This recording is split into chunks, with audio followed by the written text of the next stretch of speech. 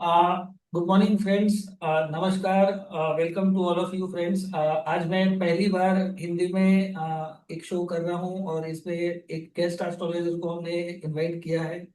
पहले मैं आपको इनका इंट्रोडक्शन दे दूं। हमारे साथ जुड़ी है गोंदिया से मैडम श्रद्धा शर्मा, जिनकी बैकग्राउंड के बारे में अगर मैं थोड़ा बताऊं तो आपको ये देखने को मिलेगा कि ये काफी लंबे समय से एस्ट्रोलॉजी में प्रैक्टिस कर रही हैं।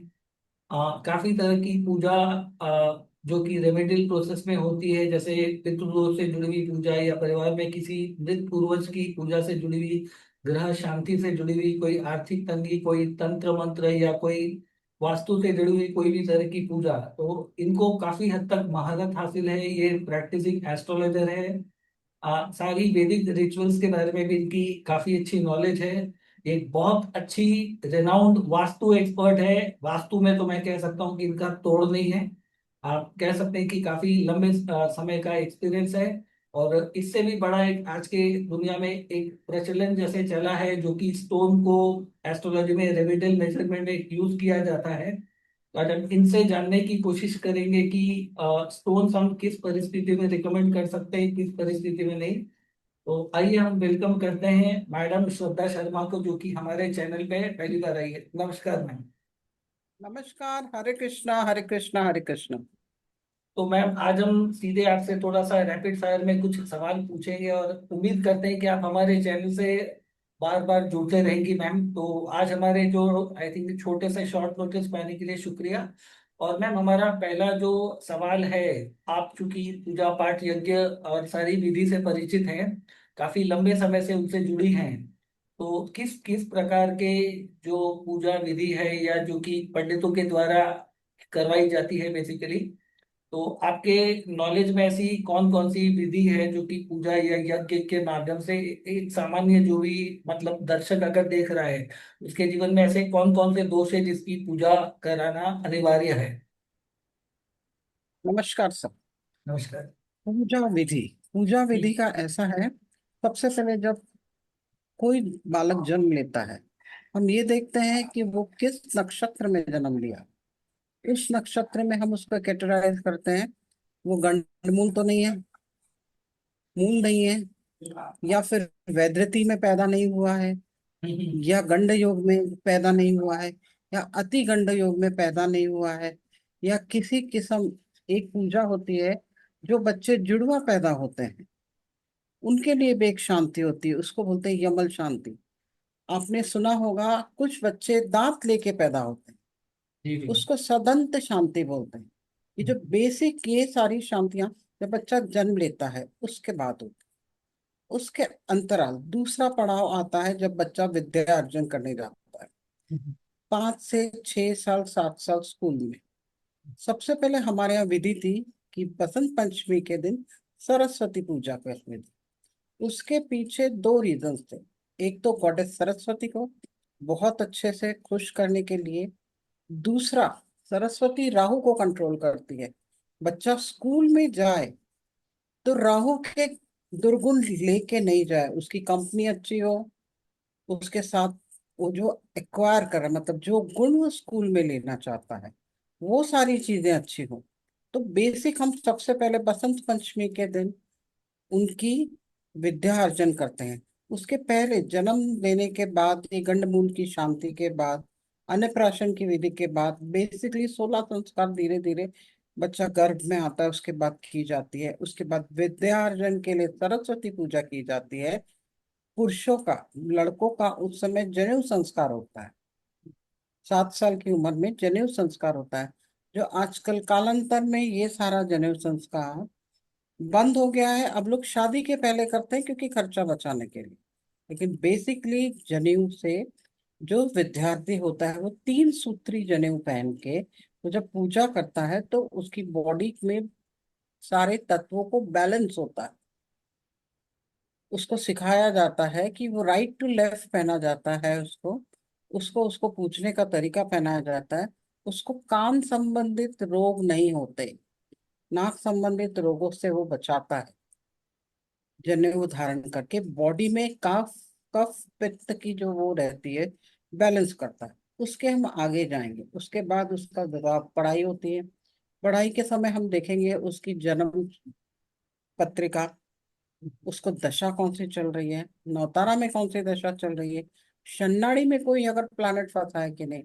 उसके हिसाब से हम ये सारी पूजाएं कराते हैं। एक पूजा होती है काल सर्प योग, हम्म। जो मेनली चार जगहों पे होती है। हम्म। त्रयंबकेश्वर, त्रिगनागेश्वर, श्रीकालहस्ती और उज्जैन। ये चार, उसके पीछे रीजन है। सबसे पहले हम त्र्यंबकेश्वर को लेते हैं। तो त्र्यंबकेश्वर में जो पिंड है, उसमें ब्रह्मा विष्णु महेश तीनों पिंड है। इस पूरे पृथ्वी में अकेला ये पिंड है जिसमें तीन देवता का वास है। चौथा प्लस पॉइंट इसके साथ ये है कि वहां पे कुंभ का जल गिरा था, अमृत।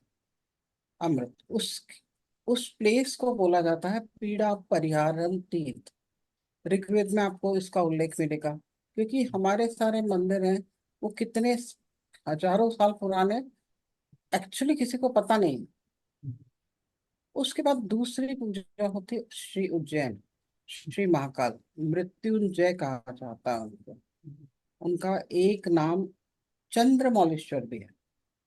उज्जैन के तीर्थ का एक नाम जो देवता बैठे हैं चंद्रमौलेश्वर, जहाँ साक्षात चंद्रमा भगवान शिव के मस्तक पर विराजमान है।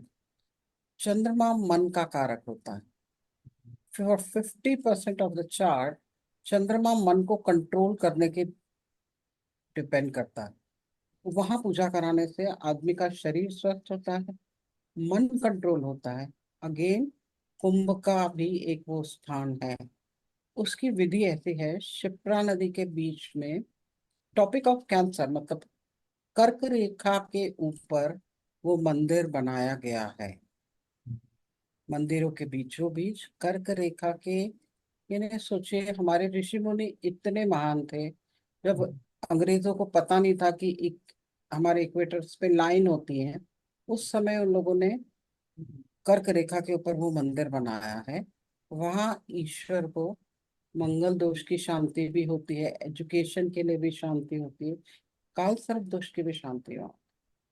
तीसरा स्थान है श्री नागेश्वर, तमिलनाडु में एक गांव है, एक शहर है, तंजावुर डिस्ट्रिक्ट। उसमें त्रिनागेश्वर मंदिर की स्थापना हुई है।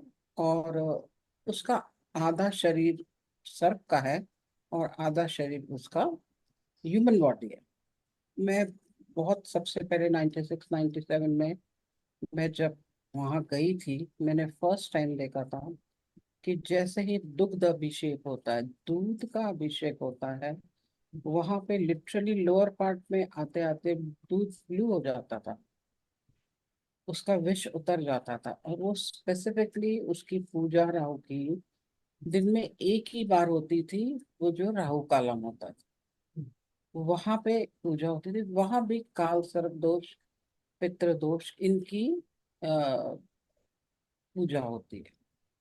अब चौथा बचा श्रीकालहस्ती। श्रीकालहस्ती ये तिरुपति से 38 किलोमीटर दूर है, 24 ज्योतिर्लिंग में एक है। वहां का जो ज्योतिर्लिंग है, पंच महातत्वों में वायुलिंग है, वायु तत्व है। उस अकेले शिवलिंग में राहु और केतु दोनों हैं। इसलिए वो स्थान भी शास्त्रों ने श्रीकालहस्ती में काल सर्प योग की पूजा के लिए दिखाया गया है। एक पांचवा स्थान भी होता है बनारस। बनारस में भी काल सर्प, क्योंकि वहाँ विश्वनाथ जी बैठे हैं, वहां भी काल सर्प योग की पूजा होती है। बेसिकली ये मैम, 5 जगहों पे काल सर्प दोष की पूजा होती है। एक इसके सवाल, अलावा अ, माफ कीजिएगा मैम, एक सवाल जस्ट आपसे। मेरे काफी सारे व्यूअर्स, क्योंकि उनका क्वेश्चन था, तो मैं ये पूछना चाहूंगा कि हम बहुत से ऐसे क्लाइंट या ऐसे लोगों के संपर्क में आते हैं जो ये कहते हैं कि हमारे कोई एक ऐसे पूर्वज थे जो कि घर से मिसिंग हो गए, जीवित हैं कि मृत हैं, या उनकी अंत्येष्टि हुई है कि नहीं, अंतिम विधि हुई है कि नहीं। तो कभी कभी ऐसी परिस्थिति में हमने देखा है, या कभी कभी कुछ एक ऐसी स्थिति होती है कि लोग किसी प्रकार की जमीन खरीद के वहां घर या अपना भवन निर्माण या ऑफिस निर्माण करते हैं, और वहां मतलब ऐसा अनुमान पाया गया है कि वहां पे किसी का शव गड़ा हुआ है, या वहां पे किसी की अंतिम विधियां हुई है, ये शरीर दफनाया गया है। तो ये थोड़ा सा जी वास्तु के जोन में भी आता है। तो ये जो दो जी। एरियाज हैं, क्योंकि मेरे पास काफी सारे स्टूडेंट क्लाइंट के ये सवाल थे, अगर इस पर आप कुछ रोशनी डाल सके तो बहुत मेहरबानी होगी मैम। सर देखिए, सबसे पहले हम लेते हैं, जब भी हम वास्तु के लिए किसी जमीन का सेलेक्ट करते हैं, हम हम्म, एक दिन पहले उस जगह प्लॉट को जाके देखते हैं। हम्म, उसके बाद उसकी खुदाई करके उसमें पानी भर के रखते हैं। हम्म, सबसे पहले हम चेक करेंगे कि उसमें किस किस्म का पेड़ लगे हैं। हम्म, वहां सांप की बामी तो नहीं है, हम्म, वहां चूहा नहीं है, या कोई ऐसा जानवर, हम्म, रेप्टाइल्स होते हैं हम्म, ये तो नहीं घूम रहे हैं। दूसरा, हम ये सेलेक्ट करेंगे किस किस्म के पेड़ हैं, हम्म, कांटेदार हैं, या कुछ शास्त्रों में कुछ पेड़ का त्याग करना बताया है, वो हम्म, पेड़ तो नहीं है। दूसरा, हम खुदाई करेंगे, तो हम जब खोदते हैं तो अगर उसमें हड्डियां और इस सब चीजें होती है, शास्त्र के हिसाब से वो श्मशान भूमि कहलाई जाती है, उसको हमको त्याग कर देना चाहिए, है ना। तीसरा, हम किसी मंदिर से लगते हुआ घर खरीद रहे हैं, या हम किसी हॉस्पिटल से लगता हुआ घर खरीद रहे हैं, या हमारे घर के सामने शमशान है, ये तीनों प्लेस को भी हम त्याग दे तो ज्यादा बेटर है। इसके पीछे कुछ रीजंस हैं। जैसे हम मंदिर में जाते हैं, जब हम मंदिर में एंटर होते हैं, हम देवता के सामने खड़े होते हैं, हमारी सारी निगेटिविटी उस आइडल, उस मूर्ति से एब्जॉर्ब हो जाती है, क्योंकि वहां इतनी मंत्र चैंटिंग होती है, इसलिए आपकी निगेटिविटी उस मंदिर में एब्जॉर्ब हो जाती है। लेकिन मंदिर तो आप जैसे ही बाहर जाएंगे, मंदिर वो निगेटिविटी मंदिर के बाहर फेंक देता है, क्योंकि वहां तो इतनी पॉजिटिव एनर्जी ऑलरेडी रहती है। मंदिर के घर के पास होने से क्या होता है कि वो जो निगेटिविटी हम छोड़ आए हैं, और उस मंत्र चैंटिंग दोनों समय की आरती के बाद वो चीजें वापस बाहर फेंक दी जाती है, तो इसका प्रभाव आपके घर पे, जो अगर आप लगता हुआ घर है, उस पर पड़ता है, इसलिए वो भूमि त्याग दी जाती है। सर, दूसरा आपका प्रश्न ये था कि कोई बच्चा मर गया है या नहीं मर गया है, या घूम गया है, उसका क्या करना है। सर, पहले तो हम प्रश्न चार्ट में देखेंगे कि वो बालक जिंदा है या नहीं, उसके इंडिकेशन मिल जाएंगे या नहीं। अगर मिल गए हमको, अकाल मृत्यु के लिए बनारस में एक घाट है, असमय अनटाइमली अकाल मृत्यु, अलग अलग भाषा में हम उसका नाम लेते हैं। वहां 50 घाट में आप उनकी शांति कीजिए, वो बच्चा प्रेत योनि में नहीं जाए और उसको मुक्ति मिलेगी। क्योंकि जो पितृकर्म होता है सर, उसमें 3 विधियां होती हैं। मृत्यु के बाद सबसे पहले शमशान में पिंड काटते हैं, अग्निदाह के बाद। उसके बाद 10वें, 11वें और 12वें दिन क्रमशः उसका पिंडा काटते हैं, पिंड काट के उसको इस फैमिली से अलग करने की प्रोसेस करते हैं। उसके बाद हर मंथ में उसकी तिथि पर पूजा करती होती है, पिंडदान होता है। उसके बाद मासिक श्राद्ध के बाद वार्षिक श्राद्ध आता है, और 3 साल के बाद तीसरे साल में उनको पितरों में उसकी एंट्री होती है।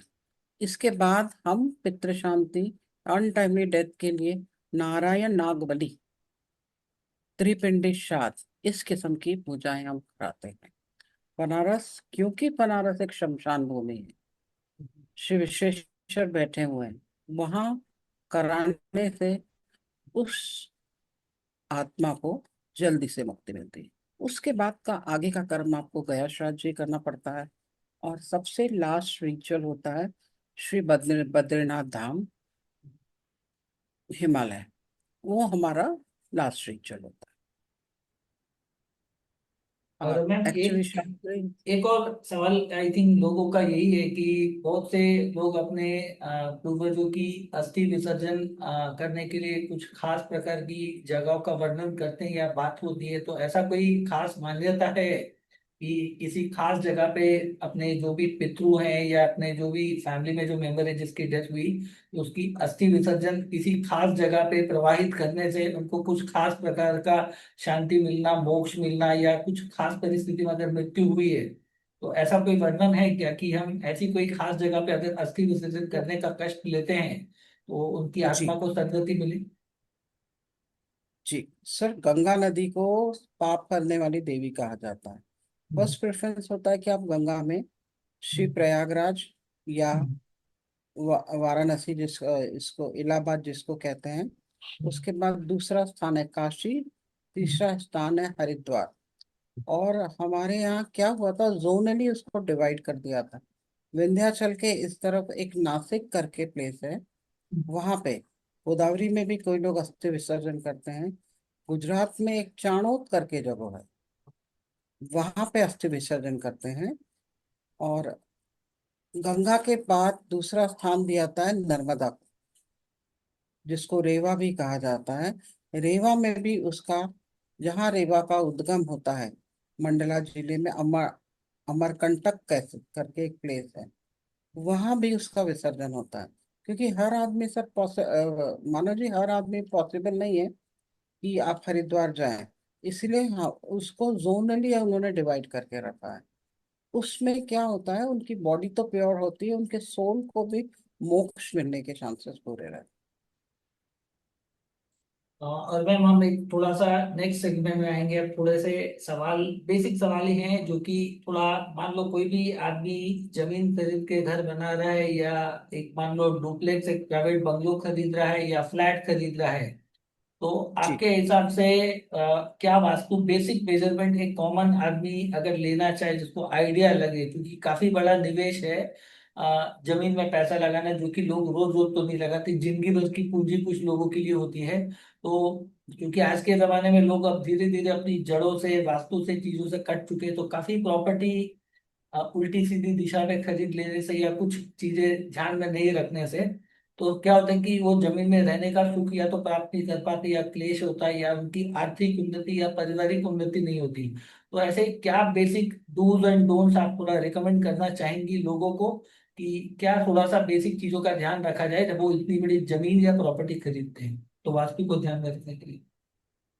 हाँ सर।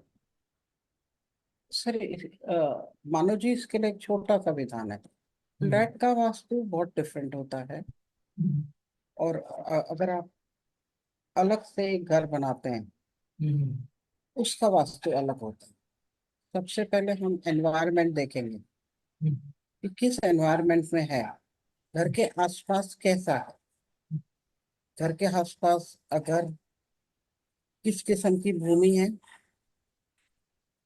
रेलवे स्टेशन है, बस स्टेशन है, उसको चेक करेंगे। कुछ जगह त्याग होती है, शमशान के पास भूमि नहीं लें, नदी के एकदम किनारे भूमि नहीं लें। क्योंकि जब नदी एकदम लगता हुआ भूमि तो कई बार वहां पे भूस्खलन होता है, नदी की बाढ़ से वो डूबने के चांसेस होते हैं। एक ये आपको चेक करना है। सबसे पहले आपको देखना है उस जगह की मिट्टी कैसी है। अगर उस मिट्टी में दीमक लगे हैं, कीड़े हैं, सांप की बाबी है, तो उसको खरीदना नहीं। बेसिकली स्क्वायर प्लॉट प्लॉट लेंगे, चौकोर, चौकोन जिसको हिंदी में बोलते हैं, वो आपको बहुत सूट करता है। क्योंकि उसमें फोर डायमेंशन और 8 डायमेंशन, मतलब 4 और 8 दिशाएं बहुत क्लियर होती हैं। तो ये चीज तो मैम आपको बहुत बहुत शुक्रिया कि आपने ये बताया। और अब हम आई थिंक अपने सेक्शन के थोड़े लास्ट सेक्शन में आने की कोशिश करेंगे। ये है थोड़ा सा स्टोन से जुड़ा हुआ, रत्नों से जुड़ा हुआ मैम। आजकल आप हर जी। जगह देख रहे हैं कि ज्यादातर केस में देखा गया है कि हम देख रहे हैं कि कुछ भी हो तो जातक को कुंडली देखे बिना, नहीं देखे बिना स्टोन्स पहना दिया जाता है, जो कि रेमेडी के टूल में है। और चूंकि आप रेमेडी की फील्ड की एक्सपर्ट मानी जाती है, तो आपके पास कितने सालों का अनुभव है, आपने लोगों के जीवन और उनकी जिंदगी के काफी सारे हिस्से को ऑब्जर्व किया है। तो स्टोन्स जो हम रिकमेंड करते हैं, या रत्न जो हम रिकमेंड करते हैं, या जो धातु है, ज्वेलरी है, तो हम किस व्यक्ति को, मतलब किस धातु को नहीं धारण करना चाहिए, या स्टोन को किस परिस्थिति में नहीं धारण करना चाहिए, करना चाहिए, इसके बारे में आप थोड़ा संक्षेप में बता सके तो बहुत आभार होगा। सर, स्टोन की जर्नी मेरी बहुत मजेदार हुई थी। अच्छा। मैं जब छोटी थी, मेरे फादर की डेथ हुई थी, उसके बाद मुझे मूंगा पहना दिया गया था। हम्म, उस समय में मेरे पीरियोडिक साइकिल्स शुरू हुए थे। और हम्म, जैसे ही मैंने मूंगा पहना, मेरे को ब्लीडिंग और बढ़ गया मेरे शरीर में, हम्म, है ना। उसके हम्म, बाद मैं थोड़ी बड़ी हुई, मैंने जब ज्योतिष पढ़ना शुरू किया, तब मैंने देखा कि मुझे डायमंड सूट होता है। मैंने एक हम्म, अपने परिचित को बोला मुझे डायमंड खरीद के दो। हम्म, उन्होंने जो डायमंड दिया था वो येलो था, हम्म, उसमें बहुत सारे छींटे थे, बहुत इम्प्योरिटी थी। वो डायमंड पहनने के बाद भी मुझे नुकसान हुआ। उसके हम्म, बाद मैंने उसकी रिसर्च करना शुरू करी। सबसे पहले हमको उसका लग्न देखना। लग्न देखने के बाद कौन कौन से प्लानिटरी पोजीशन है वो देखेंगे। हमको ये देखना है कि कोई प्लैनेट वक्रीय तो नहीं है। राहु केतु तो वक्र ही होते हैं क्योंकि वो तो शैडो प्लैनेट है। राहु केतु के केस में अगर हम चेक करेंगे कि अगर उसको गोमेद या लहसुनिया पहनाना है, तो वो एक लिमिटेड समय के लिए पहनाना चाहिए। 16 मंथ के बाद, 18 मंथ के बाद उसको रिमूव करना चाहिए, राहु की दशा के बाद, और फिर एक गैप देना चाहिए, उसके बाद उसको पहनाना चाहिए। सिमिलरली केतु में भी आप यही देखेंगे, बीच बीच में उसको रिमूव करके केतु को वो करना चाहिए। अब बचे 7 प्लैनेट। 7 प्लैनेट में ये देखना है कि कोई प्लैनेट नौतारा में 3 5 9 में तो नहीं फंस रहा है। दूसरा, शनाड़ी में ऑलरेडी अगर वो गलत जगहों पे फंसा है, तो वैसे स्टोन्स को हमको नहीं पहनना। सेकेंड हाउस और सेवेंथ हाउस से रिलेटेड कोई स्टोन्स को हमको नहीं पहनना है, क्योंकि वो मारक होता है। स्टोन पहनने के बाद मार्केश, 6 हाउस, 8 हाउस, 12th हाउस के स्टोन्स हम बिल्कुल नहीं पहनेंगे। दशा देखिए, प्लानिटरी पोजीशन देखिए, और फिर रत्नों का ध्यान कीजिए, धारण कीजिए। इसी डिपेंड कड़ी में करता एक सवाल ये है कि आजकल हमने बहुत सारी जगहों पे देखा है कुछ खास प्रकार के स्टोन लोग फैशन की शक्ल में भी पहन लेते हैं। जैसे बहुत सारी महिलाएं हैं, जैसे आपने डायमंड का अपने बारे में जिक्र किया, तो जहां आपने लगने की चर्चा की, तो जैसे मैं भी चूंकि प्रैक्टिसिंग एस्ट्रोलॉजर हूँ, तो लग्न में जो कि त्रिकोण के मालिक हैं हम उनको तो डेफिनेटली रिकमेंड करते हैं। बट ये भी मैंने सुना है कि अगर जो त्रिकोण का मालिक है, अगर वो त्रिकोण में उसकी मूल त्रिकोण राशि नहीं हुई, जैसे कि दो ऐसे लग्न है जिसमें से एक मेष और वृश्चिक लग्न, फिर तुला और वृष लग्न। अब यहाँ पर क्या हो रहा है कि जो मूल त्रिकोण राशियां अगर केंद्र में आती है, तो हमने देखा है कि उसका स्टोन देने से फायदा होते हुए कभी कभी मैंने देखा है। बट जैसे वृश्चिक लगन है, यहाँ पे मंगल मूल त्रिकोण से षष्ठ का मालिक हो जाता है, और वृष लगन जी। में शुक्र जो कि है एक तरह से अगर देखा जाए हाँ, तो वो भी षष्ठ दूसरे का मालिक हो आपका जाता है। करना। जी। तो ऐसी जी। परिस्थिति में मान लो कि किसी का वृष लग्न में जन्म है या किसी का वृश्चिक लग्न में जन्म है, और लग्नेश नीच होकर अगर कहीं बैठता है, तो कुछ लोगों को मैंने देखा है स्टोन रिकमेंड करते हैं। तो ये छठे का मालिक है, तो वो त्रिकोण में बैठा हो तो क्या इसका स्टोन रिकमेंड करना चाहिए? नहीं, उसके साथ ये भी चेक करना है कि वो प्लैनेटरी वक्री है कि नहीं। उसके यानी बाद आपको आपके ये भी चेक करना है। आपके हिसाब से मतलब ये थोड़ा सा मतलब उनके लिए घातक हो सकता है, क्योंकि षष्ठ का मालिक है। अब वो नीच का होके जहां जाएगा तो वो अति नीच परिस्थिति करेगा। जैसे वृश्चिक जी। लगन में जी। अगर मंगल जी। नवम में जी। बैठा है तो वो पिता के लिए हानि करेगा, और जी। शुक्र चूंकि पंचम में बैठेगा। और एक तो जी। चीज लोगों में ये भी है कि आजकल लोग फैशन शौक या कहीं ये बोल के भी स्टोन्स पहना देते हैं कि आपके पास लक्ष्मी आएगी, पैसा आएगा। तो ये जो डायमंड है, क्या ये पुरुष भी पहन सकते हैं, नारियां भी पहन सकती है, या इसमें भी कुछ रूल है कि कुछ खास प्रकार के लग्न में या अच्छे नक्षत्र में अगर शुक्र बैठा है तब नारियों को ही धारण करना चाहिए? बहुत जगह हमने नहीं ये सुना सर, है। आ, डायमंड तो दोनों दोनों पहन सकते हैं, पुरुष और स्त्री। उनकी हम्म, प्लानिटरी पोजीशन देखिए, वो किसका मालिक है ये देखिए। मिनिमम हम्म, 40 सेंट का डायमंड अगर आप पहनोगे तो असर करेगा। औरतें हम्म, जो मंगलसूत्र में और कान में पहनती है उसका कोई असर नहीं पड़ता। वो टाइनी टाइनी से 2 2 3 3 सेंट्स के डायमंड्स होते हैं। फोर्टी हम्म, सेंट्स के ऊपर के डायमंड असर करते हैं। और ओके। उसके लिए जेंडर मैटर नहीं करता है। अगर किसी पुरुष भी हो कुंभ लग्न का, वो भी हम्म, डायमंड अच्छे से पहन सकता है। डायमंड का एक प्लस पॉइंट होता है कि वो स्पर्म काउंट्स बढ़ाता है। कुछ कुछ हम्म, केसेस में जब पुरुष को स्पर्म काउंट की कमी होती है, उस समय हम कुछ समय के लिए उनको डायमंड्स पहनाते हैं। लेकिन उसके साथ भी एक अजम्पशन है कि उसके बाद जो शुक्र हो, उसका मारक तत्व ना हो।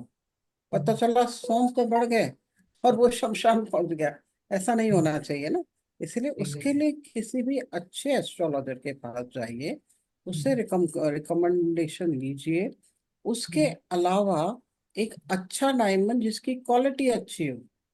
आप अगर येलो डायमंड या ब्लैक डायमंड, अभी बीच में मेरे पास एक व्यापारी रेड कलर का डायमंड लेके आया, तो वो शुक्र का काम तो करेगा नहीं। आपको ये भी एग्जैक्टली। चेक करना है कि वो किस किस्म का स्टोन है, कितना उसका वेट है, उसकी कितनी प्योरिटी है। उस पे सारी चीजें डिपेंड करती है। मैम जैसे बहुत लोगों ने कहा है कि चलो डायमंड थोड़ी बड़ी मात्रा में अगर लोग ब्रेसलेट पहन लेते हैं या हाथ में कोई ब्रेसलेट पहन लिया, गले में हार पहन लिया डायमंड का, तो जैसे कुछ कुछ लगन में मैंने सुना है कि रिस्ट्रिक्ट किया जाता है, जैसे कि मेष या वृश्चिक लगन में डायमंड पहनने की जी। अनुमति नहीं दी जाती। तो क्या सही जी। में डायमंड उनके प्राण के लिए घातक हो सकते हैं? जैसे कुछ लोग सुंदरता के लिए या लक्ष्मी को अट्रैक्ट करने के लिए, मैंने मेष लगन में वृश्चिक लगन में कुछ लोगों को देखा है, लग्न में शुक्र बैठा है, ठीक है, और जी। या तो शुक्र अस्त होने की स्थिति में किसी ने उनको रिकमेंड कर दिया, और ऐसे लोगों को मैंने देखा है कि किडनी में प्रॉब्लम्स होना शुरू हो गई, या इनको कोई यूरिनरी ट्रैक में इश्यूज खड़ा हो गया, या वो बकरी कमर के नीचे का हिस्सा होता है। तो कमर के नीचे का जो होता है, जो हमारे प्रजनन अंग है, उसमें भी प्रॉब्लम शुरू हो जाती है। उसमें भी प्रॉब्लम शुरू हो जाती है, यूरिनरी ट्रैक में भी प्रॉब्लम शुरू हो जाती है। हम्म, अल्सर्स हो जाते हैं उसमें।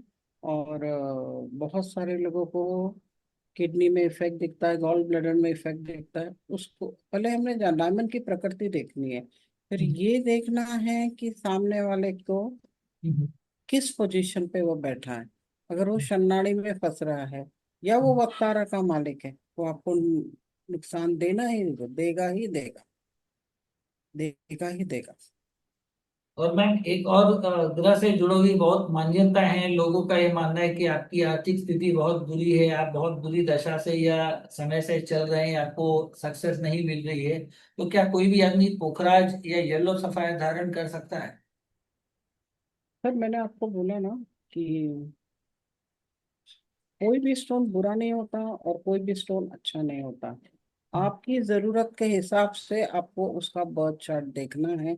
जनरल एजम्पशंस ये है कि पुखराज और मोती किसी को नुकसान नहीं करते, लेकिन ऐसा नहीं है।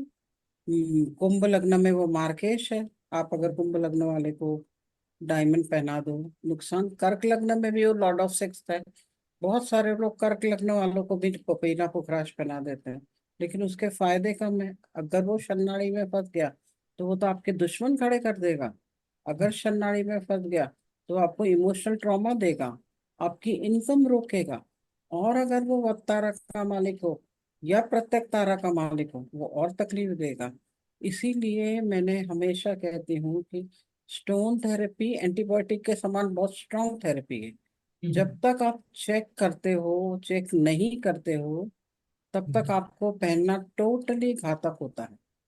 इसलिए जितना उसको अवॉइड करो, दुश्मन को अपने शरीर में डालने के पहले आप चेक करो। उससे बेहतर है आप कोई स्टोन नहीं पहने, वो एक बेहतर आइडिया है।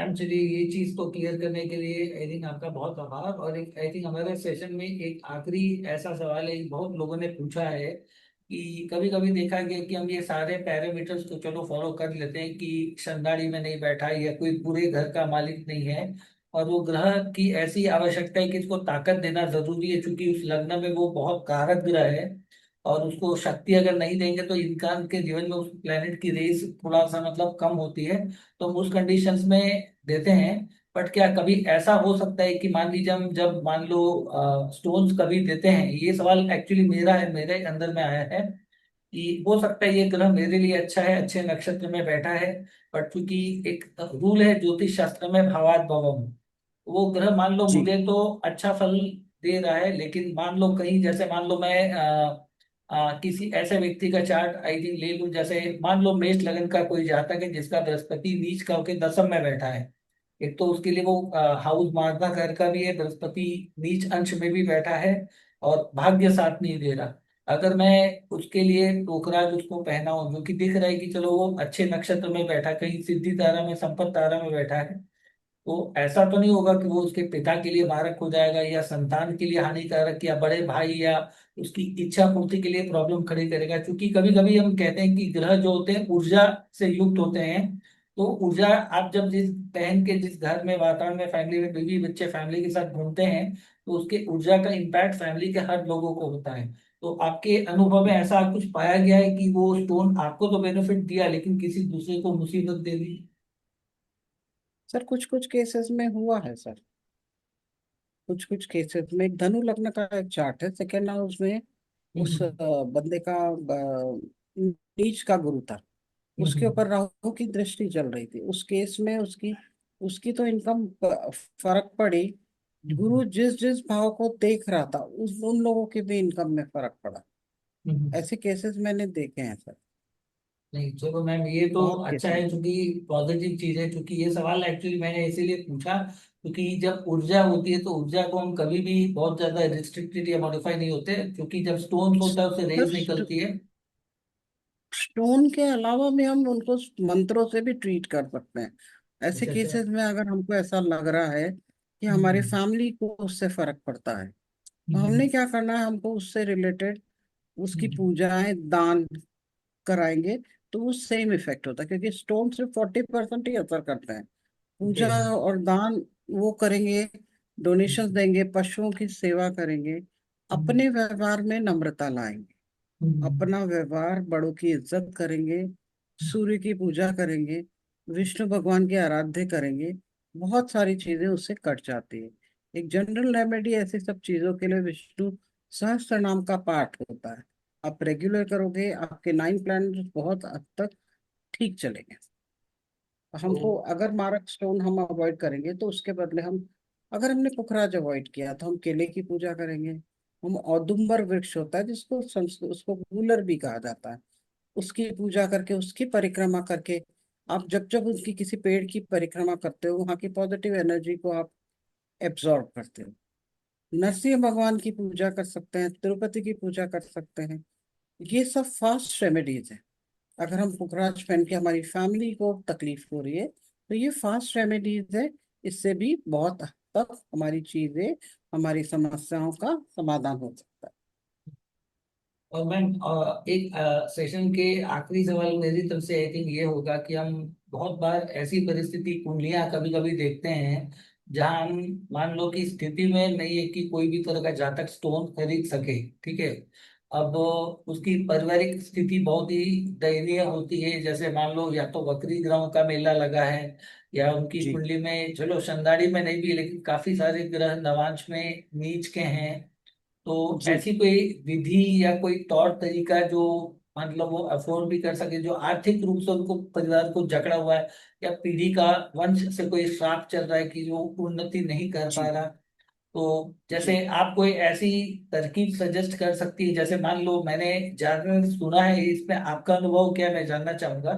जैसे मैंने देखा है कि जब भी बृहस्पति या नवम का अधिपति मैंने वक्री देखा है या कुंडली में सूर्य शनि का कंजक्शन मैंने देखा है, तो ये मैंने पाया है कि जो जातक होता है जब तक अपने एक छत के नीचे पिता के नीचे रहता है या पिता के पैसे पे पलता पड़ता है, तो उसका जो ग्रोथ है, एक्सपेंशन, वो नहीं हो पाता, चाहे आर्थिक चाहे प्रोफेशनल लेवल पे। या तो जी। जन्मभूमि या पिता से दूर जाना पड़ता है या पिता के जी। जीते जी वो व्यापार में या धंधे में वो चीज फलित नहीं होती। तो जी। ऐसी परिस्थिति में आपका क्या अनुभव है? सर 9th हाउस का ट्रीटमेंट कीजिए, पिता वाले भाव का। अगर आप पॉसिबल नहीं है कि आप उस शहर को छोड़ के जा रहे हैं, या आपके जैसे कुंडली में अगर वृषभ लगना है, 9th हाउस हम्म। का लॉर्ड सैटर्न है, पहले सैटर्न की पोजीशन देखेंगे आप। हम्म। फिर अगर हम नीलम अफोर्ड नहीं कर पा रहे हैं, या नीलम पहनने से हमारे पिता को तकलीफ हो रही है, तो हम उससे रिलेटेड अधिपत देवता, नक्षत्र देवता, इनकी हम्म। पूजाएं करेंगे, चैंटिंग करेंगे। एक और विधि है सर, कुछ कुछ वृक्षों की जड़ बांधने से भी आपका काम हो जाता अच्छा अच्छा अच्छा अच्छा। है। जैसे बेलपत्री का जो वृक्ष होता है, हम्म। उसकी जड़, मूसली की जड़, हम्म। केले की जड़, इसको बांधने से भी वो हम्म। स्टोन थेरेपी में तकलीफ कम होती है। कुछ किस्म के यंत्र निर्माण होते हैं सर। उस केस में एक एक यज्ञ सजेस्ट करती हूँ सर। एक महासुदर्शन यज्ञ होता है और एक हम्म। श्री बगलामुखी का यज्ञ होता है। अगर प्लानिटरी पोजीशंस अच्छी नहीं है और हमको फायदा चाहिए, तो ये दोनों पूजा कराने से आपकी आर्थिक परिस्थिति बहुत अच्छे से इम्प्रूव हो जाती है। आपके रास्ते खुलना शुरू हो जाते हैं बहुत अच्छे से, कि कैसे कैसे रास्ते शुरू हुए। ये दो यज्ञ को बहुत हमारे शास्त्रों में बहुत इसको ध्यान दिया है। और आगे जाएंगे आप तो, अगर कोई मंदिर 150 साल से ज्यादा पुराना हुआ, 150 साल से ज्यादा पुराना हुआ, उस मंदिर में अगर आप 41 डेज तक लगातार रोज दर्शन करेंगे, तो भी आपकी आर्थिक स्थिति सुधरती है। तो भी और आपकी आर्थिक स्थिति सुधरती और है। मैम एक लास्ट क्वेश्चन आज के सेशन का, मैम ये मेरे से बहुत से ऐसे लोगों का सवाल है जो कि सनातन धर्म या हिंदू धर्म से नहीं बिलोंग करते। वो किसी जी दूसरे संप्रदाय या धर्म से हैं, बट वो अब हिंदू धर्म या सनातन धर्म की फोल्ड में आते हैं। मेरे काफी सारे जी स्टूडेंट क्लाइंट ऐसे हैं जो कि यूरोप में है, अफ्रीका में है, अमेरिका में है, यहाँ तक कि जी गल्फ कंट्री में है, और वो चूंकि सनातन धर्म के वैल्यू को फॉलो कर रहे हैं। अब उनका सवाल है जी कि आपके यहाँ पे पिता गोत्र उसके अनुसार पूजा विधि है। अब हमको तो हमारे जी पिता वंश गोत्र का अता पता नहीं है, लेकिन हम आपके सनातन जी फोल्ड में आना चाहते हैं। उनकी कुंडली किसी कारणवश हमने बना ली, तो उससे तो हमको थोड़ी बहुत बेसिक आइडिया तो लग ही जाता है। बट ऐसे लोगों जी के लिए आपके पास क्या सजेशन है कि वो किस मतलब गोत्र को धारण कर सकते हैं? ऐसी कोई विधि है जी या कोई प्रैक्टिस को धारण कर सकते हैं तो उनके पूर्वजों की जी रेमेडीज हो गए? जी उसमें एक सिंपल विधि है सर, कारकांश लग्न देखिए उनका। उसके हम्म, 9th हाउस का जो लॉर्ड है, हम्म, समझ लीजिए धनु लग्न कारकांश आता है। हम्म, 9वें भाव का स्वामी सूर्य है। हम्म, सूर्य की पूजा स्टार्ट करें। सूर्य को हिंदू धर्म में विष्णु की पूजा अगर करते हैं, विष्णु हम्म, या विष्णु के अवतार की पूजा करते हैं, that hmm, is equal to सूर्य की पूजा। उसके हम्म, अलावा कोई आदमी को वो गुरु फॉलो करे, गुरु हम्म, द्वारा डायरेक्शन होगा तो उनकी पूजा कर सकते हैं। कई लोग आना चाहते हैं लेकिन उनको अपने समाज का भय होता है, हम लोग उनकी ऑनलाइन पूजा भी कराते हैं सर। बहुत सारे मुस्लिम्स की, क्रिश्चियंस की, लोगों की पूजा आज भी मेरे पास चलती है। वीडियो कॉन्फ्रेंसिंग में वो देख अपनी पूजा देख सकते हैं, सारी किस्म की। ये बेसिक प्रॉब्लम है। या जिनके कुल गोत्र का पता नहीं हो, तो शास्त्र में कश्यप गोत्र ऐसा है जिसको हम्म। हर आदमी अपने लिए यूज कर सकता है। उसको फॉलो करके भी वो विधियां कर सकता है।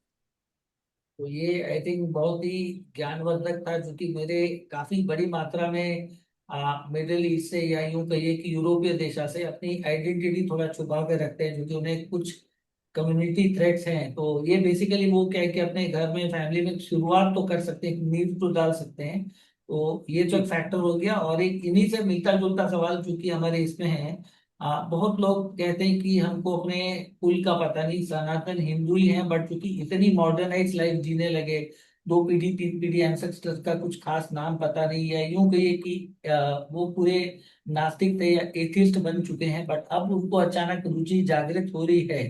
तो वो एक जी सवाल जी पूछते हैं कि हम कैसे पता करें कि हमारे इष्ट देवता कौन है? तो हम किनको सर कॉमन ईष्ट इष्ट देवता मान सकते हैं? नहीं, इष्ट देवता का मैंने अभी कारकांश लगने से बताया आपको, कुल देवी कुल देवता का आप पता लगा सकते हैं। उसके हम्म, अलावा कलयुग के दो देवता हैं, एक हम्म, काल भैरव और हम्म, हनुमान जी। अच्छा, अच्छा। ये कलयुग के अधिपत्य देवता हैं।